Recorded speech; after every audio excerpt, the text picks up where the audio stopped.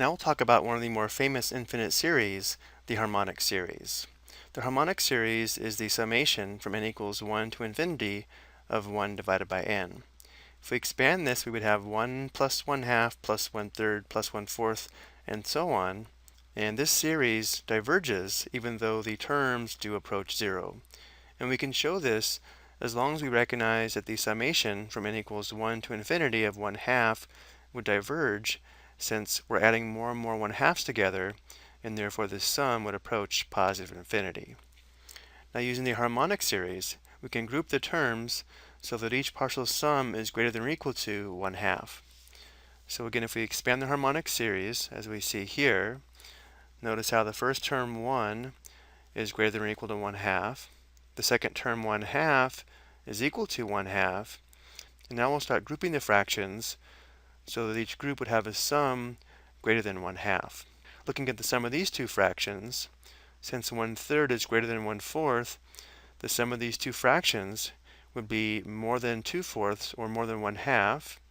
If we group the next four fractions, notice 3 of these fractions are greater than 1/8, and therefore this sum would be greater than 4/8 or greater than 1 half. Next we'd have to group the next 8 fractions, 7 of which are greater than 1/16, and therefore the sum is greater than 8/16 or greater than 1 half. We can continue this grouping indefinitely, and therefore this infinite sum S would have to be greater than 1 plus the remaining infinite series here, which is the summation from n equals 1 to infinity of 1 half, which we know diverges. So 1 plus a diverging series would also be diverging, and since the harmonic series is greater than this diverging series, the harmonic series diverges. Now we'll talk more about the harmonic series in just a moment, but let's take a look at a couple of examples. We want to determine if the following series converges or diverges, and if it converges, we want to find the sum. So notice how this resembles the harmonic series. We can actually factor out the 3 and write this as 3 times the summation from n equals 1 to infinity of 1 divided by n.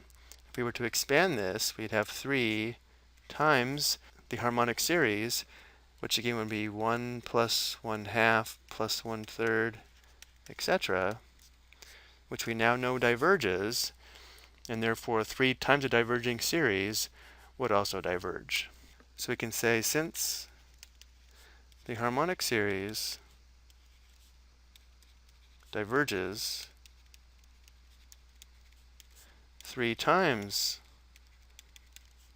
the harmonic series,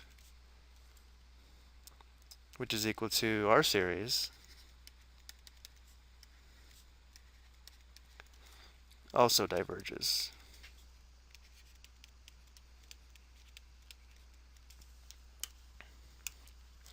Let's take a look at a second example. Here we have the summation from n equals 1 to infinity of negative 2 divided by n. Now this series does not alternate. Notice each term in this series is going to be negative.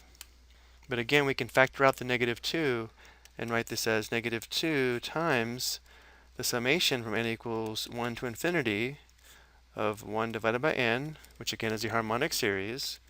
So we'd have negative 2 times the harmonic series of 1 plus 1 half plus 1 third plus so on. But notice how this series would approach negative infinity, not positive infinity, like the basic harmonic series. But either way, since we now know the harmonic series diverges, negative 2 times the harmonic series, which is equal to our series,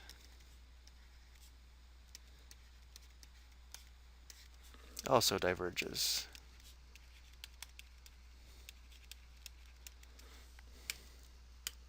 Now let's talk a little bit more about the harmonic series. A taut piece of string, such as a guitar or piano wire, can only vibrate so that an integer number of waves are formed, as we see here on the right. The fundamental mode determines the note being played, and the number and intensity of the harmonics or overtones present determines the quality of the sound. So looking at the vibrating strings over here on the right, Notice how for the fundamental mode, the wavelength equals 1W, and then for the first overtone, notice how the wavelength is equal to 1/2 W. For the second overtone, the wavelength is equal to 1/3 W, and so on. Notice how here's our harmonic series of 1, 1/2, 1/3, 1/4, and etc. I think we'll go ahead and stop here. I hope you found this helpful.